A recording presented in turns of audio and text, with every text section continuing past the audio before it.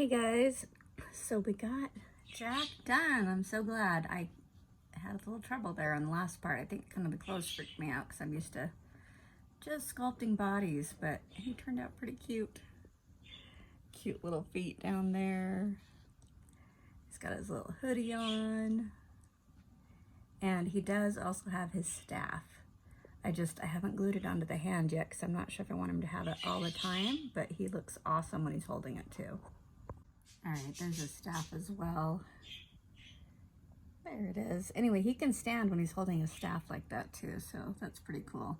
I might kind of tweak his hair just a little bit, but he's basically done. That was a fun project. It was a lot harder than I was expecting, but just because he kind of ended up being a mini art doll, but I think you'll really enjoy it.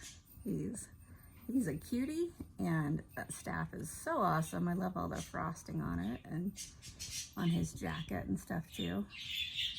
That was fun to do. So anyway, I hope you enjoyed Jack Frost, and I'm gonna be getting started on our February SculptBox today.